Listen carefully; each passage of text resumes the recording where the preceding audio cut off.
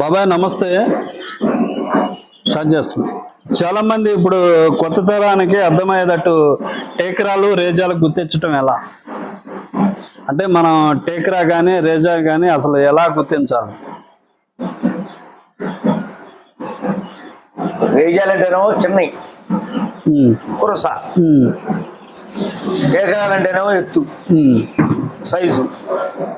ఆ సైజుని బట్టి గుర్తుపెట్టాలి.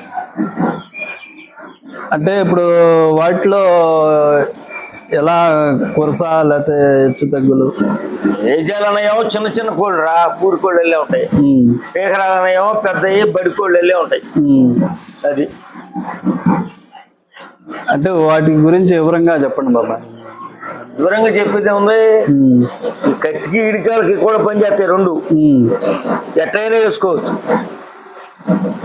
అయితే ఇడికాలకి టేకరాలు బాగా చంపుతాయి, రేజాలు కూడా చంపేస్తాయి. ఇక దాన్ని జ్వాలాన్ని బట్టి దాని సైజుని బట్టి వేసుకోవాలి. కత్తి వేసుకోవాలా ఇడికాలకి వేసుకోవాలా అనేది నిర్ణయించుకోవాలి. మనం నిర్ణయించుకుని వేసుకోవాలి.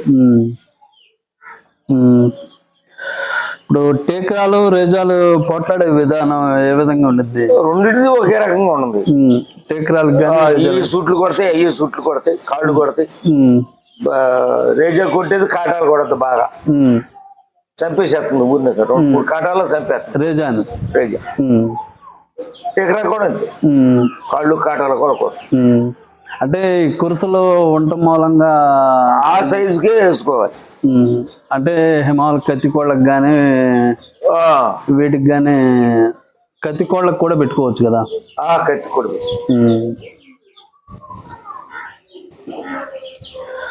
ఇప్పుడు రేజాలు అనేది అంతరించిపోతున్నాయి కదా, అప్పుడు అసలు మనం ఆ బ్రీడ్ని ఎలా? రేజాలో కురస అయిపోయింది, ఎవరు లైక్ చేయట్లా. అందుకని నా జాతి నాశనం అయిపోతాం. తెలిసిన వాళ్ళేమో జాతి పానీరు ఉన్నాయి. ఎందుకు నాశనం అవుతున్నాయి? చాలా మంది దగ్గర ఉన్నాయి. ఆ రేజాలే వేస్తారు కొన్ని ఏరియాల్లో పందాలు. ఇక్కడ పూరికోళ్ళ మీద పడతాయి. పూరికోళ్ళు ఉంటాయి కదా, పెద్ద పందాలు పడవు. కురస అయ్యేటప్పటికి లక్షకేసే కోళ్ళు లక్షకయ్యరు.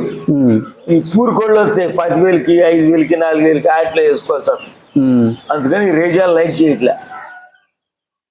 ఇప్పుడు రేజాలు టేకరాలు అనేది ఇప్పుడు ప్రజెంట్ ఉన్నాయి బాబా? ఉన్నాయి. ఇప్పుడు మన దగ్గర ఒరిజినల్ ఉన్నాయి 5 రేజాలు, ఇక టేకరాలు చాలా మంచివి ఉన్నాయి, ఒరిజినల్ జాతులు ఉన్నాయి.